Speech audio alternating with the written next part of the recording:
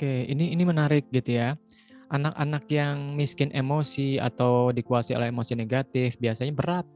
Bapak Ibu guru liatin deh, ini kalau anak-anak SD kita lihat deh dari cara dia jalan aja dia membawa dirinya berat gitu ya. Anak-anak yang sehat tapi dia membungkuk jalannya gitu ya. Apa sih namanya, tas disaruk-saruk, didorong-dorong gitu. Itu secara emosional saya kan bilang bahasa tubuh itu berbicara lebih dari sekedar kata-kata. "Kamu kenapa?" "Nggak apa-apa." Dia akan bilang nggak apa-apa, tapi sesungguhnya ada apa-apa gitu ya, karena bahasa tubuh nggak bisa bohong gitu. Jadi, pasti ada masalah, masalahnya nggak sekali 2 kali yang kayak gitu. Itu pasti menahun gitu ya. Nah menahun ini jangan berharap diselesaikan dengan cara yang sehari 2 hari gitu ya. Nah, kalau bahasa siapa ya? Once ya, Once penyanyi ya. Sentuhlah dia tepat di hatinya, gitu. Ari Jadi Lasso kak, kenapa? Ari Ari Lasso Lasso ya. kak. Sentuhlah tepat di hatinya gitu ya. Sentuhlah tepat di hatinya. Eh, kok kayaknya kurang semangat ya, misalnya kayak gitu ya. Ada apa? Biasanya semangat, kok sekarang nggak semangat? Itu kan tepat. Jadi kita berusaha mengenali, kayak misalnya gini, di depan saya ini ada Bu Raden sama Pak Danang. Pak Danang tuh dari Jawa ya, pindah ke Kalimantan ya, kok tahu? Itu merasa dikenali. Bu Raden tuh kayak Raden Ajeng Kartini, Bu Raden tuh keturunan Ningrat ya, kok tahu gitu. Merasa dikenali orang. Jadi sentuhlah dia tepat di hatinya itu membuat orang merasa dikenali gitu ya. Setelah dikenali dia gini, he got me gitu ya. Tahu nggak Bapak Ibu guru? Jadi anak-anak yang mendapatkan korban pelecehan seksual, korban apa, itu mereka disentuh tepat di hatinya gitu ya. Jadi anak-anak kita kayak gini, kelese banget, mau nggak yang semangat-semangat gitu ya. Namanya, aduh kok saya jadi lupa istilahnya ya, grooming. Grooming itu membuat anak-anak kita tuh kayaknya lekat gitu. Kayak ada salah satu pengedar, ini kebetulan teman saya ada yang di itu ya, apa sih namanya, yang suka nangkap-nangkepin kayak gitulah ya, bandar-bandar kayak gitu.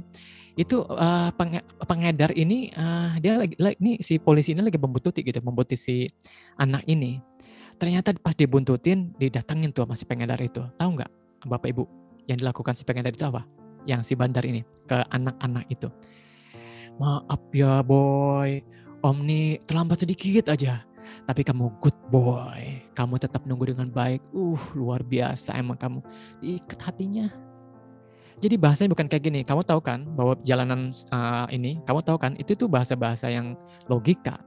Jangan jangan main di logika terus dong. Ayolah, anak-anak kita tuh anak-anak emosi, anak-anak yang punya emosi gitu ya. Jadi sentuh emosinya. Dan satu lagi, kalau Bapak Ibu guru tahu teori gelas, kalau Bapak Ibu guru menghadapi siswa-siswa kita yang gelasnya penuh gitu ya, khususnya dengan emosi negatif, dia akan ngeyel. Emang kayak gitu? Kayak gitu. Enggak lah, enggak bakal kayak gitulah. Enggak mungkin gitu ya. Itu tuh anak-anak yang gelas penuh gitu ya. Keluarkan dululah itu ya. Tumpahkan dululah sedikit demi sedikit emosinya dengan cara apa? Apa yang kamu rasain hari ini? Biasa aja. Yang biasa itu apa? Ya biasa aja. Kalau ibu yang biasa itu makannya sehari-hari nasi itu biasa. Kalau kamu gitu. Jadi kepiawaian kita untuk mengungkap, itu kalau kita lagi nanya itu lama-lama tuh kita tumpahin sedikit-sedikit. Begitu dia udah nyaman, dia tumpahin semua tuh. Begitu dia udah tumpahin semua nyaman, Bapak Ibu guru, itu kayak orang punya beban, itu ditumpahin akhirnya gitu ya. Saya praktek di rumah sakit, itu Bapak Ibu guru, kadang-kadang itu ada ibu-ibu yang datang ke saya, minta 2 sesi 3 jam, itu cuma cerita sepanjang jalan dia aja cerita. Saya mau celak. Jadi Bu ini entar saya cerita dulu Pak Hilman. Saya cerita dulu gitu. Saya izinin aja ya. Pas udah menjelang 3 jam, ya udah gitu aja Pak Hilman. Alhamdulillah saya udah lega gitu.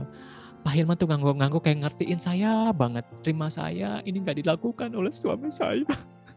Semoga suami saya bisa belajar banyak dari Pak Hilman. Saya cuma ngangguk-ngangguk doang. Oh gitu ya Bu, itu namanya paraphrasing dalam dunia counseling, paraphrasing. Oh ya Allah, terus ngangguk-ngangguk itu tanda kita mengaccept emosinya. Ya Allah sedih banget ya. Masya Allah. Lalu apa yang harus kamu lakukan? Yang bisa kamu lakukan untuk apa namanya, mengurai kesedihan itu? Itu tuh harus ditanyain tuh. Jangan sampai dia sedih mendalam gitu. Aku sedih, aku sedih, aku sedih. Ya tahu kan kalau aku sedih enggak. Orang harus bangkit dengan dirinya sendiri. Jadi ketika, oh sedih, terus apa yang bisa kita lakukan ya untuk supaya kamu nggak sedih ya? Ya biasanya sih aku pakai coklat, apalagi. Sehingga anak itu tahu ketika menumpahkan, besok dia tahu bagaimana cara dia coping. Tahukah Bapak Ibu guru, anak-anak yang tangguh adalah anak yang punya pilihan banyak untuk melakukan sesuatu ketika mereka merasa bermasalah. Jadi anak-anak kita kalau tangguh, itu lakukan gitu, termasuk cara emosional. Tumpahkan emosinya, terima emosinya gitu ya. Kenali emosinya, kamu, ya Allah, kamu cerah banget hari ini. Pasti kamu tadi tuh berdoa ya. Iya, kamu nggak sadar aja. Kamu tadi habis ini ya, kok cerah sih? Tadi sholat ya. Padahal kita tahu emang dia sholat gitu ya. Itu merasa dikenali, merasa di-accept, merasa dikuatkan gitu ya. Sehingga anak-anak kita kuat, tangguh, itu adalah kerjaan emosi. Demikian Bu Guru Teti dan Bapak Ibu guru sekalian.